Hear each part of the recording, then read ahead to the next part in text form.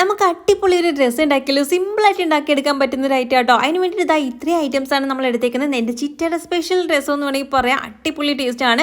അപ്പോൾ ആദ്യം തന്നെ ഇതാ നമ്മൾ വെളുത്തുള്ളിയും പച്ചമുളകും കൂടെ ഒന്ന് ചതച്ചെടുക്കണം. പിന്നെ ഇതാ ഒരു ചീനിച്ചട്ടി വെച്ചിട്ട് അതിനകത്ത് വെളിച്ചെണ്ണ ഒഴിച്ചിട്ട് ആദ്യം നമ്മൾ കറിവേപ്പിലയും മല്ലിയിലയും കൂടെ ആയിട്ട് ഇട്ട് കൊടുക്കണ്ടേ. അതൊന്ന് തീ കുറച്ചിട്ടിട്ട് ഒന്ന് വഴണ്ട് വരുന്ന സമയത്ത് ചതച്ച് വെച്ചിരുന്നത് ഇവനെയും കൂടെ അതിനകത്ത് തട്ടിയിട്ട് കൊടുക്കാം. ഇതൊന്ന് മൂത്ത് വരണം കേട്ടോ. അത് കഴിഞ്ഞ് നമുക്ക് പൊടികളായ മഞ്ഞപ്പൊടി, കുരുമുളക് പൊടി, ജീരകപ്പൊടി, കായം ഇതെല്ലാം കൂടെ ചേർത്ത് കൊടുക്കുക.